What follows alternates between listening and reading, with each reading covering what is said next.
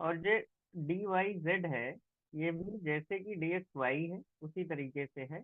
बस यहाँ पे, हाँ, यहाँ पे देखो ये गलत हो गया। यहाँ पे हम जेड ले लेंगे, ठीक है, और ये यहाँ पे वाई ले लेंगे। नमस्कार भाई, नमस्कार। ठीक, तो यहाँ पे जेड ले लेंगे और यहाँ पे वाई ले लेंगे। ठीक है, तो ये वाला जो ऑर्बिटल है ये कैसा है, डी वाई जेड। ठीक, इसको भी हम ड्रॉ कर लेते हैं और बिल्कुल उसी तरीके से जैसे कि पहले वाला, इस तरीके से और इस तरीके से। छोटा बन गया ये, ऐसे, और देन ऐसे। ठीक है, समझ लेना, ठीक है, ये हो गया। इसके आगे चलते हैं हम लोग नेक्स्ट।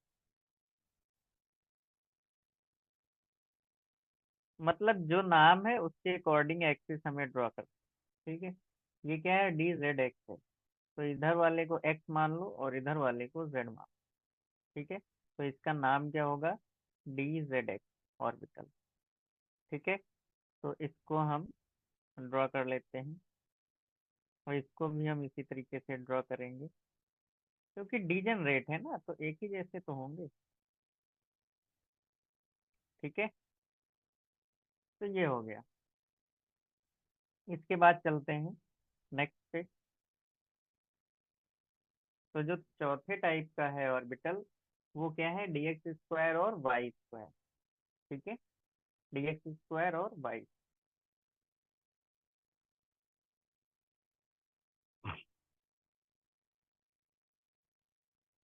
ये हो गया, तो इसका नाम d x square dash y square. और इसका जो ऑर्बिट होगा वो इस तरीके से,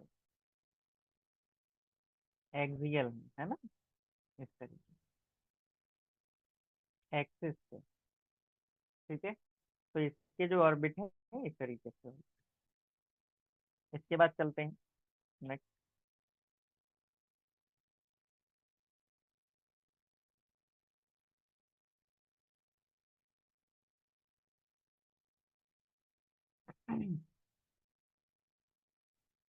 तो ये हो गया, इसका स्पेशल नेम,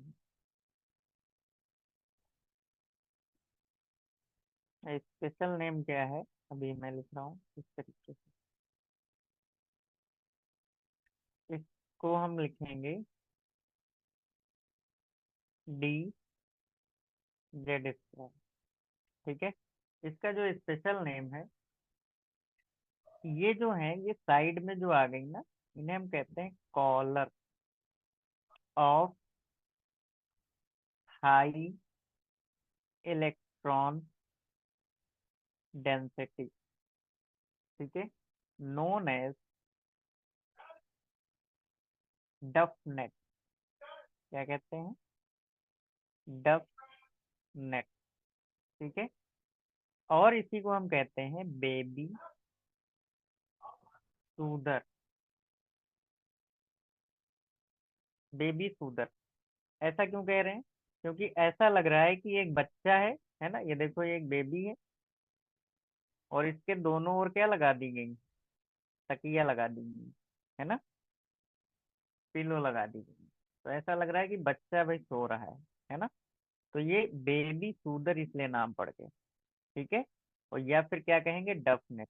ऐसा क्यों है, क्योंकि ये सब इलेक्ट्रॉन रिच है ना, डफनेट। यहाँ पे हाई डेंसिटी इलेक्ट्रॉन्स की है, तो इसे हम डफनेट कहें।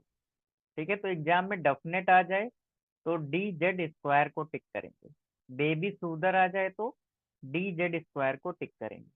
ठीक है, तो बाकी में भी इलेक्ट्रॉन डेंसिटी होगी तो उसको दिखाने के लिए हम लोग ऐसे ऐसे डैश डैश ड्रॉ कर देते हैं।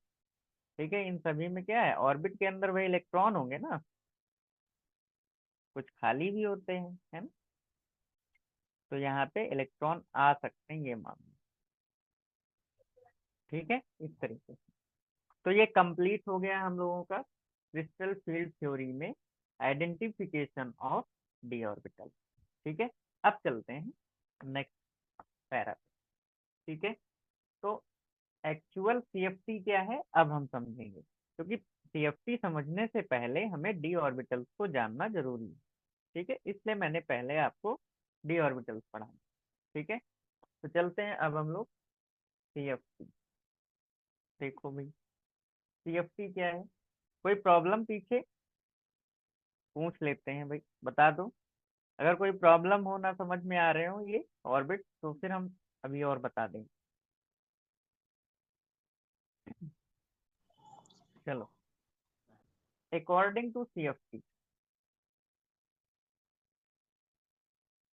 अकॉर्डिंग टू सीएफटी, सीएफटी का फुल फॉर्म मैंने लिखा था, वीडियो देख लेना फिर से लिख के दे रहा हूँ इसे। Crystal field theory. ठीक है, तो क्रिस्टल फील्ड थ्योरी जो है, इसमें क्या है, सेंट्रल एटम और लीगेंड जो है, इस थ्योरी के अकॉर्डिंग जो सेंट्रल मेटल है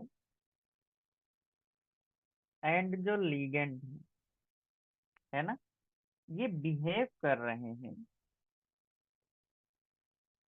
बिहेव एज पॉइंट चार्ज। कैसे बिहेव करते हैं, एक पॉइंट चार्ज की तरह बिहेव करते हैं। ठीक है, and force of attraction, force of attraction between these point charges, एक second, these point charges will be purely purely electrostatic। ठीक है, इलेक्ट्रोस्टैटिक मतलब, तो यहाँ पे क्या होगा, जो बॉन्ड बनेगा वो आयनिक बॉन्ड बनेगा। ठीक है, ये बात कह रही है सीएफटी। अभी इस बात को मैं समझा रहा हूँ, बस 2 मिनट रुक जाइए आपको। ठीक है, कहीं जाना नहीं।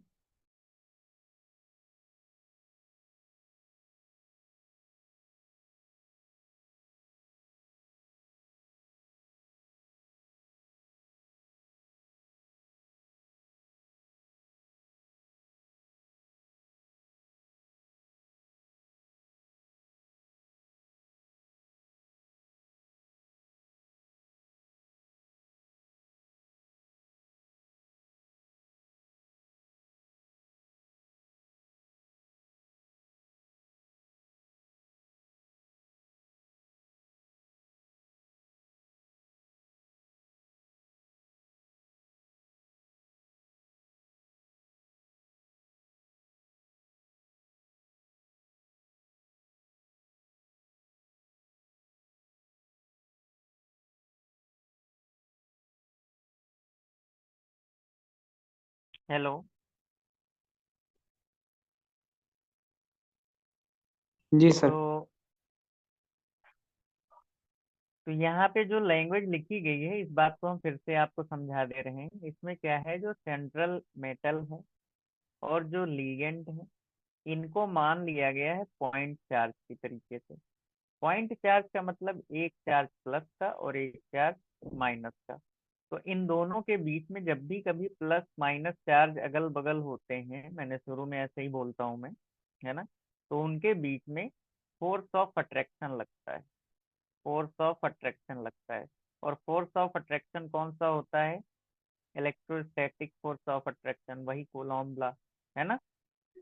तो यहाँ पे उससे जो बॉन्ड बनता है, वो कौन सा बॉन्ड बनता है, आयनिक बॉन्ड बनता है।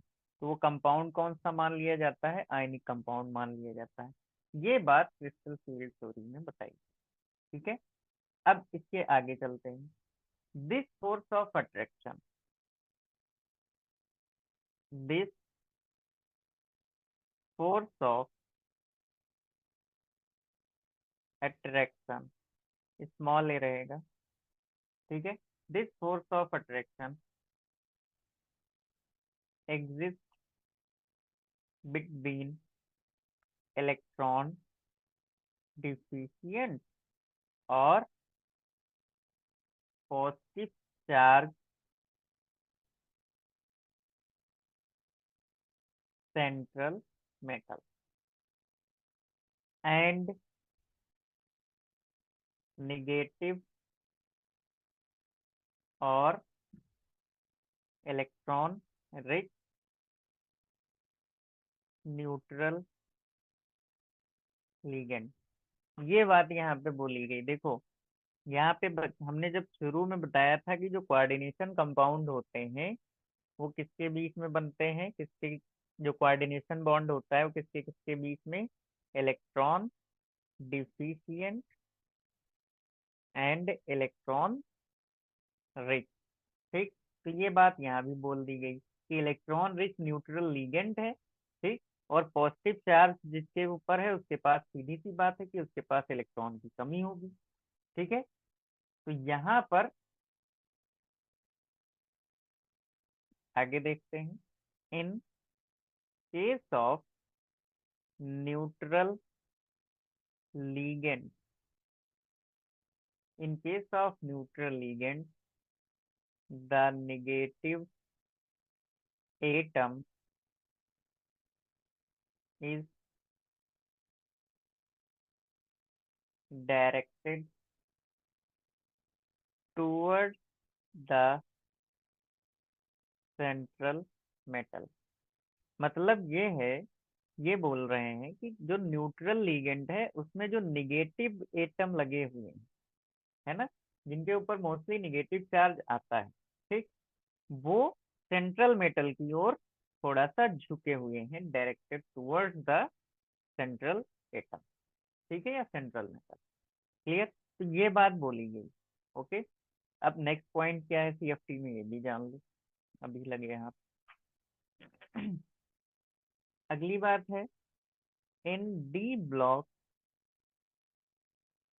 Metal there are 5 degenerate orbital. कितने हैं, 5 डीजेनरेट आर्बिटल, और इनके नाम हम लोग जानते हैं, ये यही वाले हैं। कौन से, d x y, d y z, d z x, d x square y square, d z square.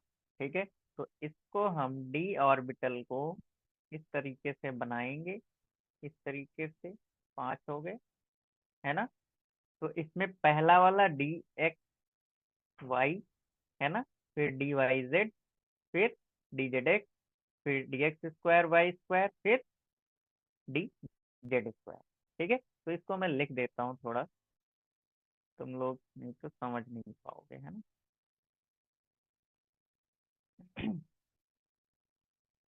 लिख देते हैं, d x y, d y z. ठीक है, इसके बाद क्या आएगा, डी जेड एक्स। एमओटी जब पढ़ाई थी तब भी मैंने बताया था, डी एक्स, लेकिन इतना डिटेल में नहीं बताया था, वाई स्क्वायर, और ये क्या होगा लास्ट वाला, डी जेड स्क्वायर। तो अब ये डायग्राम ना समझ के हमको ये समझना है ना, कि इसके अंदर इस तरीके से ये ऑर्बिटल होते हैं। क्लियर, तो ये बात है। अब इसको हम समझते हैं आगे। फॉर द, ये पूरी कहानी समझ में आ गई सीएफटी की। सीएफटी में ये बोला गया कि जो लीगेंड और सेंट्रल मेटल हैं, इनके बीच में इलेक्ट्रोस्टैटिक फोर्स लगता है, जो कि आयनिक बॉन्ड को बताता है। ठीक है, जो कि किससे बताता है, आयनिक बॉन्ड को बताता है, क्योंकि यहाँ पे 2 पॉइंट चार्ज मान लिए गए, जो सेंट्रल एटम है उस पे पॉजिटिव चार्ज आता है, और जो लिगेंड्स हैं वो निगेटिव चार्ज शो कर रहे होते हैं, तो उनको मान लिया गया है कि यहाँ पे फोर्स ऑफ अट्रैक्शन लग रहा है इलेक्ट्रोस्टैटिक टाइप का। ठीक है, और किसके किसके बीच में लग रहा है, इलेक्ट्रॉन रिच और इलेक्ट्रॉन डिफिशिएंट स्पीसीज के बीच में लग रहा है। तो ये कोऑर्डिनेशन थ्योरी जो हमने शुरू में पढ़ाई थी उसको भी प्रूव कर दिया। ठीक है, दूसरी बात क्या है, न्यूट्रल लिगेंड जो होते हैं ये देखा गया है कि निगेटिव एटम जो होते हैं न्यूट्रल लिगेंड के, वो सेंट्रल मेटल की ओर ज्यादा झुके होते हैं। ठीक है। डी ब्लॉक मेटल जो होते हैं 5 तरीके के डिजेनरेट ऑर्बिटल रखते हैं। ठीक है। ऐसे मेटल्स जिनमें डी ब्लॉक होता है, ठीक है, उन सभी में क्या होता है, 5 टाइप के डीजेनरेट ऑर्बिटल होते हैं। ठीक, तो इसको हो गया। अब आगे बढ़ते हैं टू द ऑक्टाहेड्रल। तो ऑक्टाहेड्रल अगर कॉम्प्लेक्स है हमारे पास तो हम क्या देखेंगे, टू द ऑक्टाहेड्रल।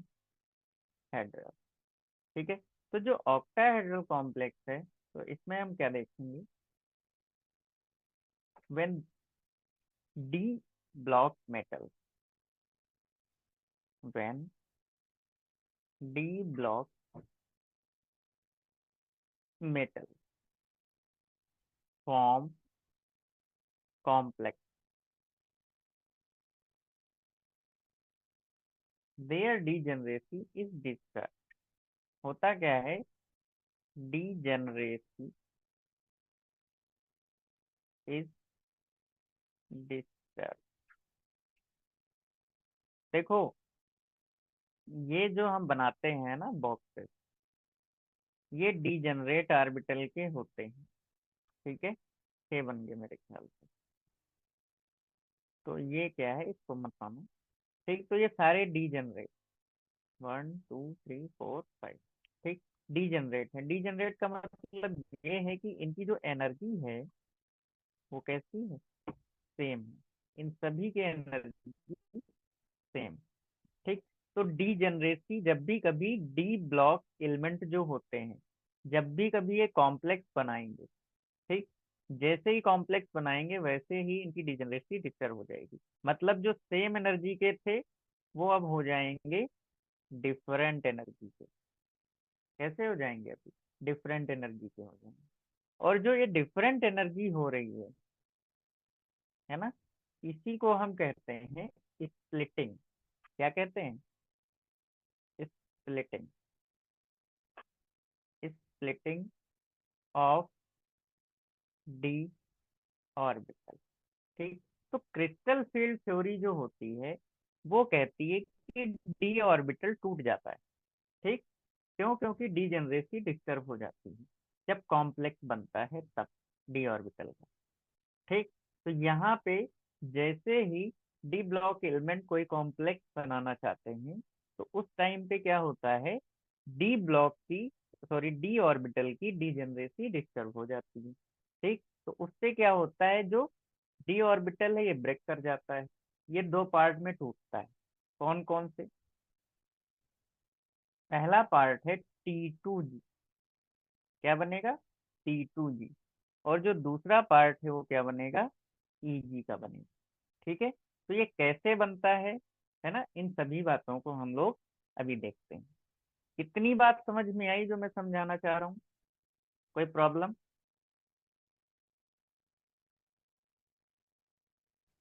नहीं एक सर। बार हम फिर एक बार फिर से सुन लो सब लोग।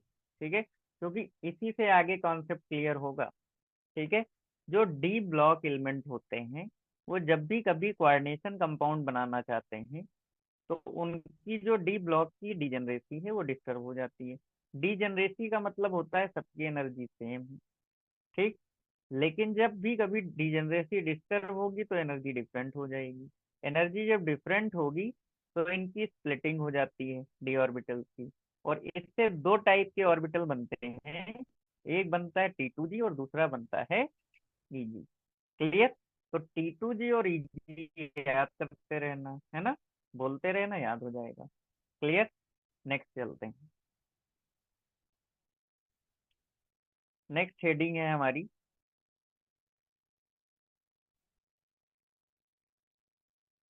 अब देखेंगे स्प्लिटिंग होती कैसे।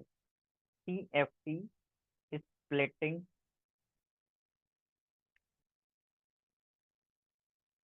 In octahedral complex.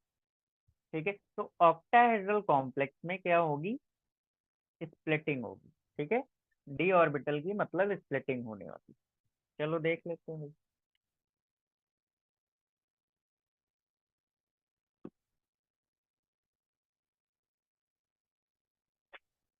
तो सबसे पहले हम क्या करेंगे, डी ऑर्बिट बनाएंगे, है ना।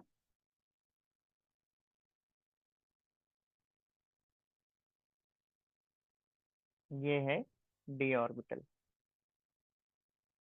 ठीक। और डी ऑर्बिटल में सभी के इस तरीके से डिवीजन कर देंगे। ठीक। 5 डी ऑर्बिटल हमारे बन गए। ठीक। तो सभी के नाम लिख देते हैं, d x y, d y z, d z x. ठीक है। और ये नीचे वाला क्या होता है, डी एक्स का स्क्वायर और वाई का स्क्वायर। और ये वाला क्या होता है लास्ट वाला, डी जेड का स्क्वायर। ठीक है। तो ये हो गया पूरा पूरा हमारा डी ऑर्बिटल। ऑक्टाहेड्रल कॉम्प्लेक्स के लिए है ये, ध्यान रखना। ये बात देखो यहाँ बोली। क्लियर। तो होता क्या है, जब भी कभी कोई स्प्लिटिंग वगैरह होगी, है ना, कोई भी चीज कोई भी बॉन्ड तब तक नहीं टूट सकता है जब तक उसकी एनर्जी थोड़ी सी चेंज ना की जाए, है ना। तो होता क्या है, अब इनकी एनर्जी चेंज होने वाली। ठीक। तो अभी ये इस एनर्जी लेवल पे थे। ठीक। अब ये जाएंगे थोड़ा सा हाई एनर्जी लेवल पे। ठीक। और जैसे ही हाई एनर्जी लेवल पे ये जाते हैं, वैसे ही क्या होती है, ब्रेकिंग हो जाती है ना। 5 भाई हम लोग जानते हैं ना, 5 भाइयों की कहानी जानते हैं ना सब लोग। ये हिस्ट्री में 5 भाइयों की कहानी कहाँ सुनी है, बताओ। सर हमने सुनी नहीं। लो, तुमने कहानी ही नहीं सुनी क्या यार। तुमने देखा होगा अगर 5 भाई होते हैं, है ना, गांव में। ठीक है। ज्यादातर केसेस में तो होता क्या है। सर महाभारत देखे हैं। अच्छा, याद आ गया देखो तुमको, है। तो और ये देखो। ठीक है। तो 5 भाई जब भी कभी होते हैं और उनमें जब भी कभी बंटवारा होता है, ठीक है, तो होता क्या है कि 2 भाई एक साथ हो जाते हैं और 3 भाई अलग हो जाते हैं। ज्यादातर केस में ऐसे ही देखने को मिलेगा, अपने गांव का एग्जाम्पल देख लेना। ठीक है। अगर 5 भाई हैं तो उसमें 3 भाई एक साथ और 2 भाई एक साथ देखने को मिलते हैं। इसमें गांव के केस में ये होता है कि बड़ा वाला, है ना, और लास्ट वाला, ठीक है, ये लोग एक साथ होते हैं। लेकिन यहाँ पे ऐसा नहीं है। ठीक। यहाँ पे क्या होता है, जो शुरुआत के 2 हैं, एक सेकेंड एक सेकेंड, बिल्कुल सही वैसे ही है। ठीक। तो बिल्कुल वैसे ही कहानी यहाँ भी है। ठीक है। तो ध्यान रखना। लेकिन यहाँ पे क्या होगा, जो लास्ट वाले 2 हैं, ठीक, ये जो लास्ट वाले 2 हैं इनकी एनर्जी और हाई हो जाती है। ठीक है। ये एक साथ हो जाते हैं। कौन कौन, d x square, y square और डी जेड स्क्वायर। ठीक है। D z square. क्लियर। यहाँ पे जो ये एनर्जी का डिफरेंस आया इस लेवल पे, ठीक है, इस एनर्जी को हम लोग कहते हैं डी बैरी एनर्जी गैप। ठीक है। ये कैसा है गैप, डी बैरी एनर्जी गैप। ठीक है। तो जैसे ही ये एनर्जी आती है, डी बैरी एनर्जी गैप, ठीक है, वैसे ही क्या हो जाता है, स्प्लिटिंग हो जाती है। ठीक। यहाँ से इस तरीके से ये ऑर्बिट टूट जाता है। ठीक। जैसे ही डी ऑर्बिट टूटता है, वैसे ही इसमें 2 टाइप के ऑर्बिटल बन जाते हैं, है ना। एक को हमने कहा था T2G और एक को कहा था EG। ठीक है। तो अब T2G और EG को समझ लेते हैं। ठीक। ये जो EG है, सॉरी T2G जो है, ये T2G, ठीक, इसके साथ जाते हैं 3 ऑर्बिट। ठीक। और जो EG है इसके साथ जाते हैं ये 2 ऑर्बिट जिनके हमने नाम लिखे, ये EG के साथ जाएगा। ठीक है। तो अब देखो इसमें समझो, ये जो लास्ट वाले 2 ऑर्बिट थे, है ना, उनकी ब्रेकिंग हुई इस तरीके से। ओके, तो अब देखते हैं क्या क्या बनता है इस तरीके। तो यहाँ पे ये तीन ऑर्बिट एक साथ आ जाएंगे, है ना, और इसको हम क्या कहेंगे, T2d। और इधर जो ऑर्बिट जाएंगे ये दो जाएंगे, और इनको हम क्या कहेंगे, Eg। ठीक, तो जो Eg वाले हैं इनकी एनर्जी, इनका जो एनर्जी लेवल है वो क्या है, हाई रहता है। ठीक है, इसलिए इनको ऊपर बनाया है। ठीक, और जो T2g वाले हैं इनकी एनर्जी लेवल थोड़ी कम होती है, इसलिए इनको हम नीचे बनाएंगे। ठीक है, ध्यान रखना, तो हर चीज का कोई ना कोई रीजन होगा। ओके, तो ये हो गया। अब यहाँ पे ये जो एनर्जी गैप है ना, ये होता है 3/5 डेल्टा नॉट। ठीक है, 3/5 डेल्टा नॉट। और यहाँ पे जो एनर्जी गैप होता है ये माइनस में होता है, -2/5 क्या, डेल्टा नॉट। ठीक है, ये हो गया। और ये जो टोटल यहाँ पे डिफरेंस दिख रहा है ना, ये जो टोटल है इसको एक्चुअल हम क्या कहते हैं, डेल्टा नॉट कहते हैं। ठीक है, ओके, तो ये है पूरी की पूरी splitting of crystal field octahedral complex D orbital splitting. ठीक है, तो इसको हम कहेंगे CFT of octahedral complex. Clear, तो इसको हम इस तरीके से याद कर लेंगे, है ना। यहाँ पे अगर हम थोड़ा और इसको सॉल्व कर लेंगे तो देखेंगे कितनी एनर्जी आएगी यहाँ पे, 0.4। ठीक है, तो आगे हम जब क्वेश्चन कराएंगे तो वहां पे सॉल्व करा लेंगे। ठीक है, फिलहाल इतना ही याद कर लो कि 2/5 नीचे वाला, और ये माइनस में है, और ऊपर वाला 3/5। क्लियर, तो ये हो गया। तो होता क्या है कि जो लीगेंड है, ठीक है, लीगेंड जो होते हैं वो क्या करेंगे, अप्रोचेस बिटवीन द एक्सिस। ठीक है, there for DYZ, DZX and DXY experiences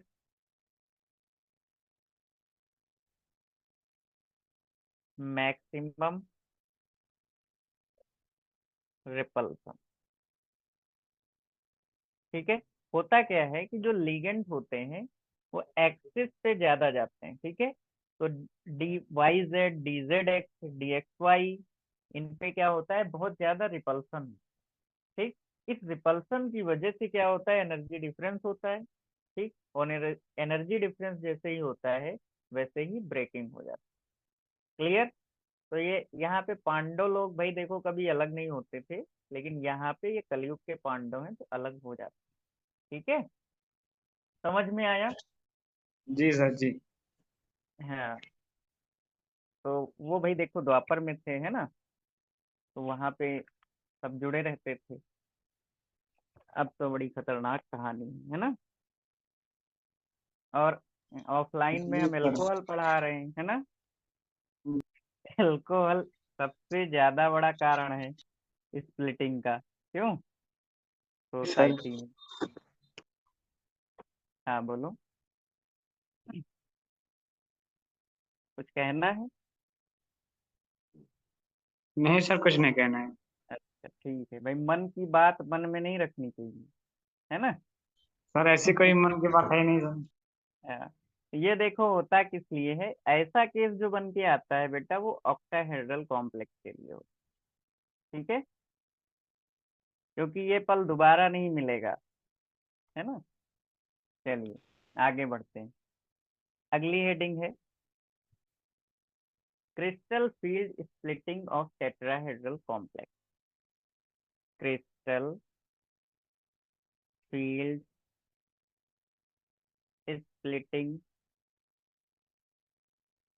of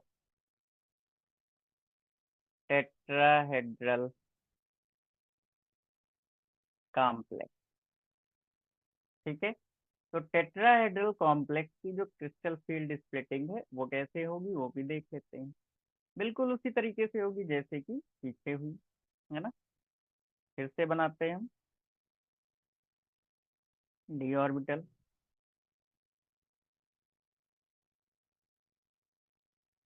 ठीक, 1 2 3 4 एंड 5। ठीक है, तो ये ना नेमिंग वगैरह तो चलो हम कर ही देते हैं फिर से। D x y, d y z, d z x, d z x, और ऊपर क्या हो जाएगा इधर लिख देता हूँ, डी एक्स स्क्वायर और d y square, d x square y square, और ये डी जेड का स्क्वायर। ठीक, फिर से यहाँ पे एनर्जी क्या होगी, एनर्जी गैप आएगा। ठीक, ये एनर्जी लेवल था, इस एनर्जी लेवल से इस एनर्जी लेवल पे गए, और ये ठीक है, और यहाँ पे हम वही डी ऑर्बिटल्स बना लेते हैं। ठीक है, लेकिन यहाँ पे अब थोड़ा सा केस उल्टा हो जाए। ठीक है, यहाँ पे केस क्या होगा, उल्टा होगा थोड़ा। ये हो गया ये। ठीक, और ये हो गए ये। ठीक, ये यहाँ पे स्प्लिटिंग हमने दिखा दी। ठीक है, तो यहाँ पे क्या है, ये क्या हो गया, d x square y square, और ये दूसरा वाला जो होगा वो डी जेड स्क्वायर।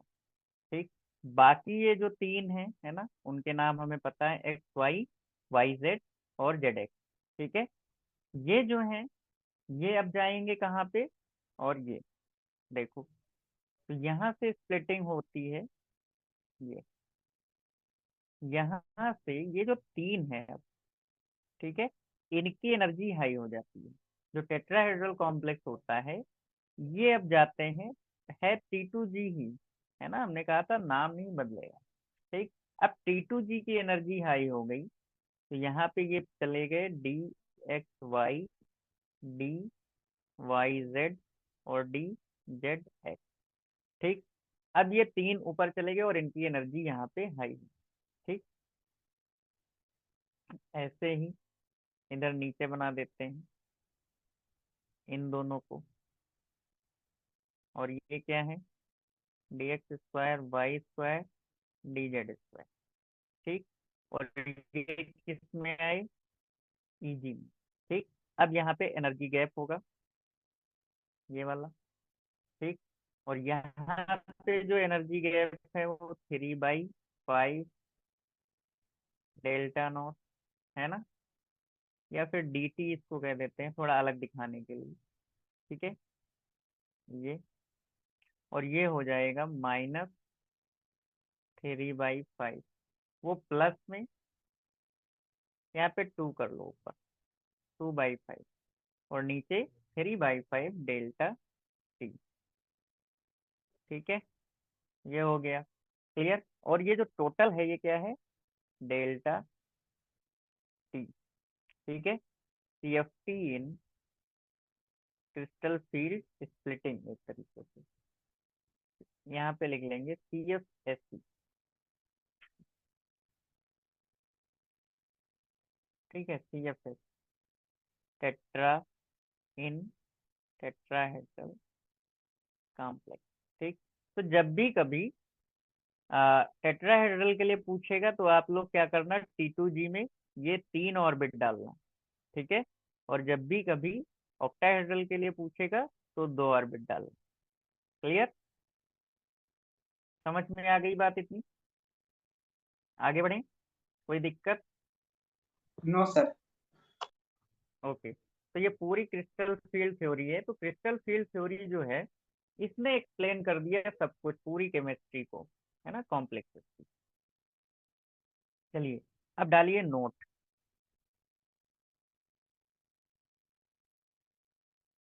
नोट। ठीक। तो जो नोट है, on the basis of spectrochemical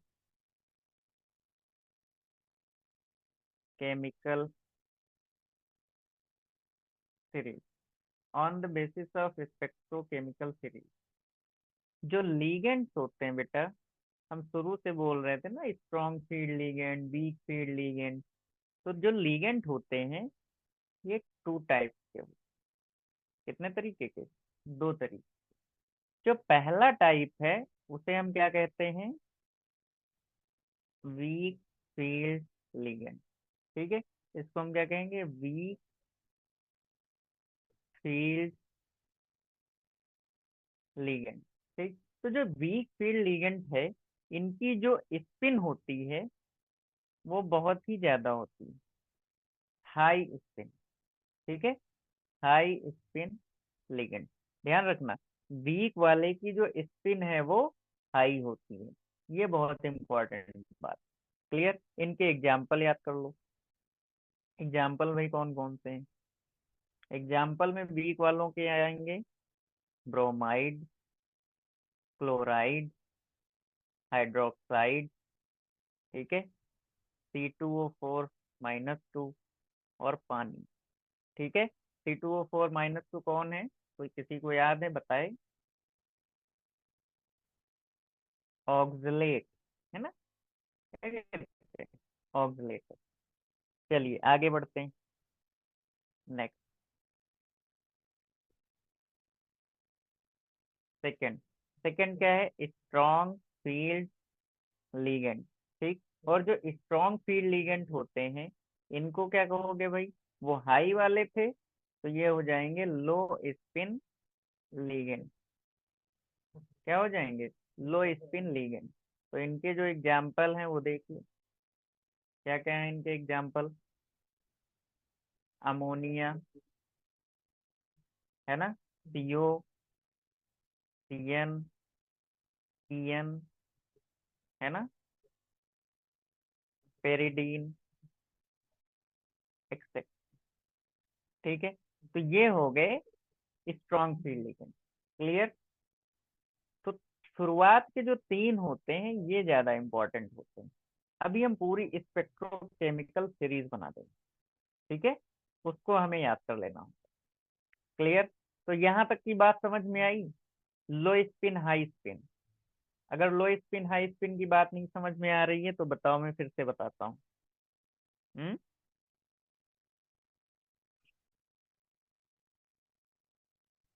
okay, तो चलते हैं स्पेक्ट्रोकेमिकल सीरीज पे। Spectrochemical series. ठीक। तो जो स्पेक्ट्रोकेमिकल सीरीज है, उसको देखते हैं। ठीक है, तो सबसे पहले जो स्पेक्ट्रोकेमिकल सीरीज है, उसमें हम लोअर टू हायर लिखेंगे। ठीक है, लोअर टू हायर। तो हमें जो सीरीज मिलेगी उसको हमें याद करना। क्लियर? शुरू जो हम बताएंगे वही वही याद कर लेना बस, आपका काम बन जाएगा। ठीक है, देखते हैं कौन कौन से हैं भाई। पहला जो है वो क्या है? आयोडाइड। इसके बाद क्या आएगा? ब्रोमाइड। इसके बाद क्या आएगा? सल्फाइड, है ना? फिर आ जाएगा SCN-। SCN-। फिर आता है भाई क्लोराइड। फिर आता है फ्लोराइड। फिर हाइड्रोक्साइड। हाइड्रोक्साइड।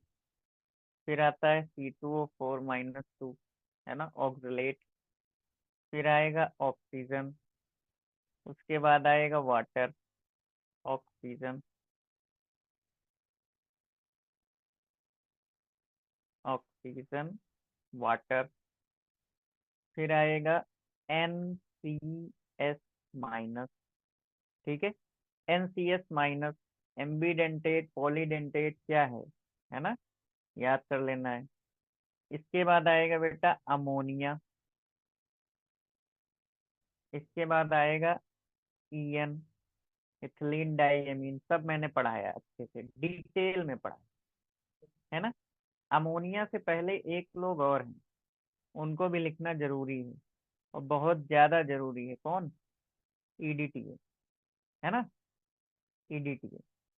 ये हो गया। इसके बाद आएगा NO2 माइनस। इसके बाद आएगा CN माइनस साइनाइड। और इसके बाद आएगा कार्बोनिल। ठीक है, तो सबसे ज्यादा स्ट्रॉन्ग फील्ड जो होते हैं वो कौन है? शुरुआत वाले। और CO सबसे ज्यादा होता है। जो कार्बोनिल ग्रुप होता है उस बहुत ही हाईली स्ट्रॉन्ग फील्ड लिगेंड होता है। क्लियर? तो अब देखो, यहाँ से, यहाँ से कहाँ से भाई कहाँ तक? यहाँ तक। ठीक है, ये सबके सब क्या होते हैं? Strong field ligand. ठीक है, क्या होते हैं? Strong field ligand. CO से लेकर के NCS माइनस, ये स्ट्रॉन्ग फील्ड लिगेंड। ठीक है, इसके बाद जितने भी आएंगे वो सबके सब क्या होंगे? वीक फील्ड लिगेंड होंगे। इसके बाद यहाँ से यहाँ तक सबके सब क्या हो गए? वीक फील्ड लिगेंड हो गए। ठीक, तो इन सभी को हमें याद कर लेना है। इसकी कुछ ट्रिक भी थी, मुझे ढंग से तो नहीं याद है ना। और याद आएगी तो हम कभी दूसरी क्लास में बता देंगे, है ना। अभी बोलना ऐसे ठीक नहीं है, और बट बड़ी बढ़िया ट्रिक है, मैंने थोड़ी थोड़ी लिख भी रखी है ना। तो जब याद आएगी तो हम आपको बाद में बता देंगे। किसी को पूछना होगा तो अलग से पूछ लेगा। ट्रिक से ज्यादा ये होता है ना, पहले ट्रिक याद करो फिर कॉन्सेप्ट याद करो, तो ज्यादा ट्रिक वगैरह बनानी नहीं चाहिए। ठीक है, एक हमने ट्रिक आपको इलेक्ट्रोकेमिकल सीरीज में दे रखी है, आप उतनी याद कर लो, बहुत है। ठीक, और ज्यादा ट्रिक व्रिक से कोई फायदा होता नहीं है। ठीक, तो कॉन्सेप्ट अगर समझ लो, एक बार में समझ लो, तो उसको बार बार समझने की क्या जरूरत है? पहले ट्रिक याद करो, उसके बाद फिर इसको याद करो, तो दो बार का काम हो गया ना, तो ट्रिक का कोई ज्यादा रोल नहीं। ठीक है, तो यहाँ पे ये हमने कैसे निकाला, जरा इसको देख लेते हैं। E बराबर होता है Hc अपॉन लैम्डा। ये सबने पढ़ा होगा ये इक्वेशन। ठीक, तो यहाँ से जो लैम्डा है वो निकालोगे तो क्या होगा? Hc अपॉन E होगा ना। तो यहाँ पे वेवलेंथ और एनर्जी से रिलेशन निकाला गया। ठीक है, वेवलेंथ और एनर्जी से रिलेशन निकाला गया। लैम्डा क्या है? वेवलेंथ। क्लियर? और जो ई है ना, ये एनर्जी होती है। क्लियर? अभी तक कोई बात ना समझ में आई हो तो भाई पूछो। ठीक है। हम्म, अगर कोई प्रॉब्लम हो, नहीं तो आगे बढ़े।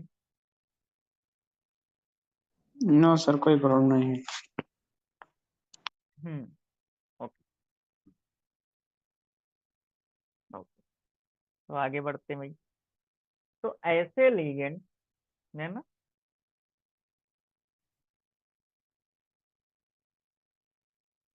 ऐसे लीगेंड ऐसे लिखेंगे: the energy possessed by the ligand is known as pairing energy. ठीक है, तो ये जो एनर्जी है वो कौन सी है? पेयरिंग एनर्जी है। ठीक, यहाँ पे जो एनर्जी लग रही है वो कौन सी एनर्जी लग रही है? Pairing energy. ठीक, तो जो पेयरिंग एनर्जी है, अगर if pairing energy, potential energy मत समझ लेना, इसको पूरा लिख देते हैं। ठीक है, if pairing energy is more than crystal field energy, CFE है ना, जो पीछे लिख रहे हैं। अगर क्रिस्टल फील्ड एनर्जी से पेयरिंग एनर्जी ज्यादा है। ठीक है, ध्यान रखना। अगर pairing energy crystal field energy से ज्यादा है, ठीक, इसका मतलब ये है कि जो लीगेंड है डू नॉट कॉजेस पेयरिंग। ऐसा क्यों है? क्योंकि यहाँ पे जो लीगेंड है वो कैसा है? वीक फील्ड लीगेंड है। क्यों? क्योंकि उसकी जो एनर्जी है वो ज्यादा है। ठीक, तो जब एनर्जी जिसकी ज्यादा होगी वो पेयरिंग कैसे करेगा? समझ में आ गई बात? ठीक है, तो इसलिए इसको हम कहते हैं वीक फील्ड लिगेंड। ठीक, तो वीक फील्ड लिगेंड की जो पेयरिंग एनर्जी है वो क्या होगी? हाई होगी। किससे? Crystal field splitting. समझ में आ गई बात? कोई दिक्कत नहीं ना? तो इसको इस तरीके से याद कर लेंगे। कैसे? T is greater than delta. और डेल्टा क्या कह रहे थे हम? क्रिस्टल फील्ड स्प्लिटिंग एनर्जी, है ना? उसी को कह रहे थे ना। ठीक, इसका मतलब जो लीगेंड होगा वो कैसा होगा? Weak field ligand. तो ये जो थ्योरी हमने बताई उसका जो मेन कॉन्सेप्ट है वो ये दो अच्छा है। ठीक है, इनको याद करो। क्लियर? समझ में आ गई बात? अब अगर पेयरिंग करवानी है, अगर स्ट्रॉन्ग फील्ड लिगेंड है तो उसके लिए हम कैसे लिखेंगे? बिल्कुल इसी तरीके से, है ना? तो अगर pairing energy crystal field energy से कम हो जाए, ठीक, तो इसका मतलब जो लीगेंड है वो हमारा कैसा है? स्ट्रॉन्ग फील्ड लीगेंड है। समझ में आ गई बात? ठीक है, तो इसके लिए हम अलग से थोड़ी ना थ्योरी लिखेंगे। ओके, और जिसको लिखना है लिख लेगा, बोर्ड एग्जाम देना है तो वो यहाँ से छाप लेगा, जहां जहां हमने वीक लिखा है वहां पे स्ट्रॉन्ग कर लेना, बस। क्लियर? समझ में आ गई बात? तो एक बात हमारी जो है इस तरीके से हिंदी में लिख लो। इस तरीके से हिंदी में लिख लो। कैसे? कलर बढ़िया से ले लेते हैं ये। ठीक है, अगर सी एफ ई, अगर, ऐसे इफ लिख लो, अगर सी एफ ई ज्यादा होगी तो पेयरिंग होगी। समझ में आ गई बात? मतलब जो स्प्लिटिंग एनर्जी है वो ज्यादा होनी चाहिए पेयरिंग कराने के लिए, तभी उसको स्ट्रॉन्ग फील्ड लिगेंड हम माने। समझ में आई बात? ओके, यहाँ तक कितने लोगों की समझ में आ गया? तो फिर आगे बढ़ो। हम्म एक बात हमने आपको बताई थी, अब यहीं से कलर भी हमने बताया था। क्रिस्टल फील्ड जो थ्योरी है ये कलर भी बताएगी, पेयरिंग कैसे हो रही ये भी बताएगी, है ना? पैरामैग्नेटिक डायमैग्नेटिक सब एक्सप्लेन करेगी। क्लियर? क्योंकि ये काम बीवीटी और वीएसईपीआर नहीं कर पा रहे, इसीलिए तो सीएफटी की जरूरत पड़ी, है ना? तो अब चलते हैं आगे।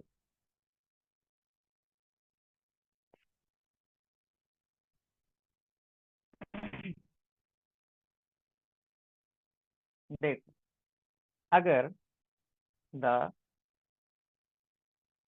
कॉम्प्लेक्स हैविंग D0 से D10, है ना? अगर D0, डी के अंदर 0 इलेक्ट्रॉन है और 10 इलेक्ट्रॉन है तो, ठीक है, इसका मतलब ये है कि ये स्ट्रिक्टली कैसे हैं, और सब एनसीईआरटी के पॉइंट्स हैं ये आपके। ठीक है, स्ट्रिक्टली जो कॉम्प्लेक्स है वो हमारा कैसा है? Strictly colourless. ठीक है, कैसा है? कलरलेस। क्लियर? इसके बाद चलते हैं। वाइल कॉम्प्लेक्स हैविंग D1, ये हम दोबारा लिख रहे हैं ना, और D9, कॉन्फ़िगरेशन, कॉन्फ़िगरेशन।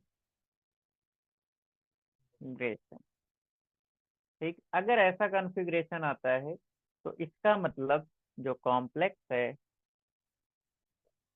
वो कैसा है, कलर। ठीक, कोई ना कोई कलर होगा।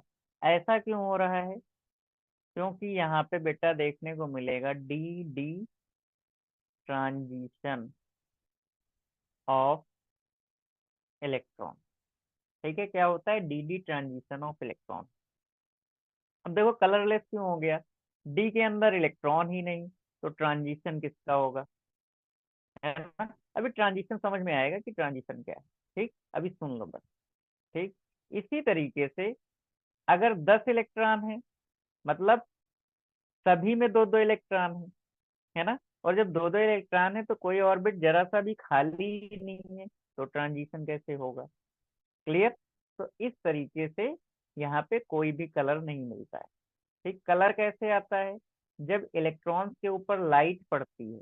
इलेक्ट्रॉन क्या होते हैं, ऑर्बिट से बाहर निकलते हैं, तो उनके ऊपर लाइट पड़ती है। तो जिस वेवलेंथ की लाइट पड़ती है वही कलर दिखाई देने लगता है कॉम्प्लेक्स से। समझ में आई बात। ठीक है, तो ये कहानी है पूरी डीडी ट्रांजिशन की। चलिए आगे बढ़ते हैं। अगर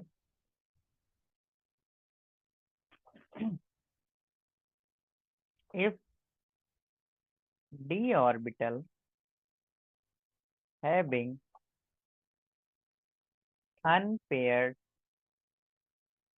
इलेक्ट्रॉन, ठीक है, अगर डी ऑर्बिटल के अंदर कोई भी अनपेयर्ड इलेक्ट्रॉन है, ठीक, तो ये हमने पहले भी बता रखा है और ये वहां पे हमने लिखा दिया था, लेकिन इसको मानना कि सीएफटी ने एक्सप्लेन किया है। ठीक, कोई भी अगर अनपेयर्ड इलेक्ट्रॉन होगा तो वो क्या होगा, पैरामैग्नेटिक होगा। ठीक है, पैरामैग्नेटिक इन नेचर। और अगर पेयर्ड इलेक्ट्रॉन है तो वो कैसा होगा, डायामैग्नेटिक। ये बात आप लोगों को पहले से पता है। ओके। ज्यादातर केसेस में क्या होता है, जनरली स्ट्रॉन्ग फील्ड लीगेंड जो होते हैं वो इनर ऑर्बिटल हाइब्रिडाइजेशन, IOH, है ना, केमिकल बॉन्डिंग से पढ़ रहे हैं हम। ठीक है, तो इसको जो है इनर ऑर्बिटल हाइब्रिडाइजेशन, IOH को कहते हैं। ठीक है, ये कॉज करते हैं।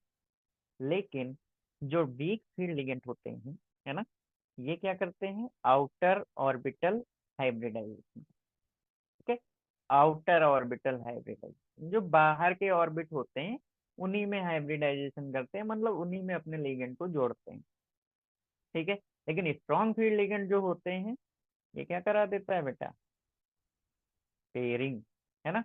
और जैसे ही पेयरिंग किसके, कौन से इलेक्ट्रॉन की होगी, DX2 Y2 और DZ2 की। ठीक है, तो क्या होगा, ये पेयरिंग कराएगा। क्लियर। और जो वीक फील्ड वाले होंगे वो पेयरिंग नहीं कराते हैं, वो डी ऑर्बिटल में कोई भी छेड़खानी नहीं करते। ठीक है, ध्यान रखना, तो वहां पे पेयरिंग नहीं। क्लियर। तो इतनी बात समझ में आई कि कोई कंफ्यूजन। अब चलेंगे हम लोग एग्जाम्पल। बताइए। अगर कोई दिक्कत हो तो पूछ लो। हम्म। और एग्जाम्पल हम इसके दिए दे रहे हैं, ये आप लोग ट्राई करिएगा। ठीक है, ये होमवर्क है, होमवर्क। ठीक, और बना के आप लोग ग्रुप में भेजिए।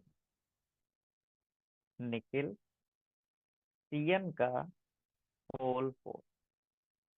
ठीक है, निखिल सीएन का होल 4। ओके, इससे माइनस हो रहा है।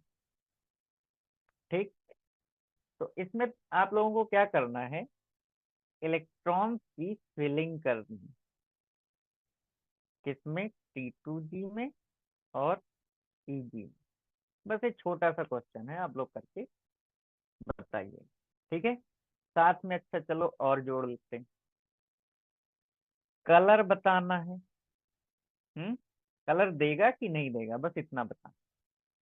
डायामैग्नेटिक या मैग्नेटिक प्रॉपर्टी बतानी है आपको। ठीक है, या पैरामैग्नेटिक है, मैग्नेटिज्म इसका बताना है, मैग्नेटिक प्रॉपर्टी। ठीक, बस इतना काम करना है। ठीक है, तो ये एक ही क्वेश्चन में हमने दो तीन छोटे छोटे सवाल बना दिए, ये कर। मैं सारे क्वेश्चंस कराऊंगा इससे रिलेटेड जितने भी हैं। ओके, अभी तक जो ना समझ में आया हो वो आप लोग पूछ सकते हैं, नहीं तो फिर टाटा बाय बाय।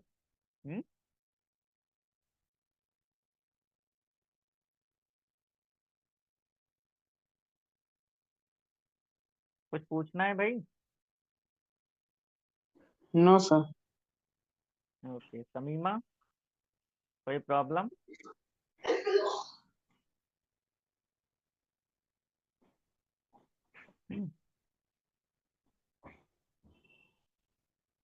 अच्छा, चार इसमें साइन कौन कौन है? ओके सर, नहीं सर। ठीक है, तो बेटा इसको जो है आप लोग अच्छे से सीख लीजिएगा। और क्रिस्टल फील्ड एनर्जी हम लोग ने पढ़ ली है आज, है ना, पूरी थ्योरी पढ़ ली है। अब आइसोमेरिज्म बचा है हमारा, है ना। फिर इसके बाद क्या है, ये चैप्टर हमारा खत्म हो जाएगा। इस चैप्टर में कोई दम नहीं रहेगा, है ना।